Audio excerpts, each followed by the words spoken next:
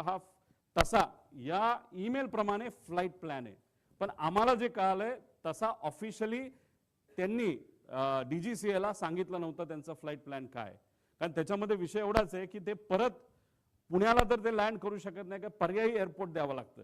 ते पुणे देऊ शकत नाही कारण का तिथे डिफेन्सचं फ्लाइंग सकाळी होतं.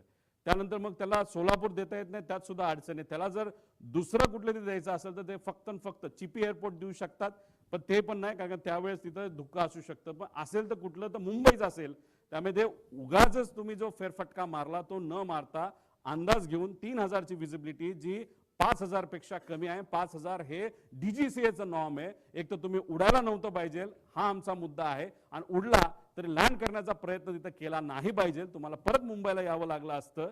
आणि पण फ्यूल भरलं होतं, 8 अधिकचे टँक होते असं आमचं मत आहे, आणि त्याच्यात परत जाण्यापेक्षा डायरेक्ट हे विमान खाली आदळण्यात आलं, हे मुद्दामून आदळण्यात आलं असं आम्हाला आता त्या ठिकाणी वाटायला लागले. पुढे आता ह्याच्यामध्ये सर्वात म्हणजे विमान टेक ऑफ हे मी तुम्हाला सांगितलं. फ्लाइट प्लॅनची माहिती आपल्याला लागेल. आता फ्लाइट प्लॅनच्या बाबतीत तिथं एक गोपी नावाचा VSIचा हँडलर आहे, लय करामती आहे, मुंबईमध्ये तो बसतो.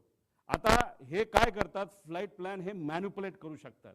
हा जो इन्व्हेस्टिगेशनला उशीर चाललाय ना, त्याचा पुढे जाऊन मी पुरावे देणार आहे ना, त्याच्या शेवटच्या बाजूला तर खूप वेगळे पुरावे त्याच्यामध्ये आहे.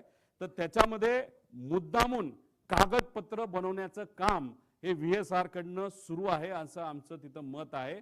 आणि याच्यामध्ये जर तुम्हाला डॉक्युमेंटेशन बघायचं असेल, इन्व्हेस्टिगेशन एजन्सीला सांगायचे ईमेलचे पुरावे तिथं बघितले पाहिजे. कारण हेड ऑफिस दिल्लीला आहे, दिल्लीवरनं फ्लाइट प्लॅन हा खाली या गोपीकडे आला असावा, गोपीला ते प्रिंट केला असावा, त्याच्यावर सह्या घेतल्या असाव्या. त्यामुळे फ्लाइट प्लॅन आणि हे सगळे डॉक्युमेंट आहेत, हे कागदी डॉक्युमेंट न घेता CCTVच्या खाली केलेले त्या तारखेचा CCTV असणारे, नाही तर ईमेलचं प्रूफ त्याच्यामध्ये बघा. हे जे कागदपत्र आता ते सगळे मॅन्युप्युलेट करतील एका खोलीमध्ये बसून, कृपा करून कागदाला कागद जोडण्याचा प्रयत्न त्या ठिकाणी फक्त करण्यासाठी करू नका.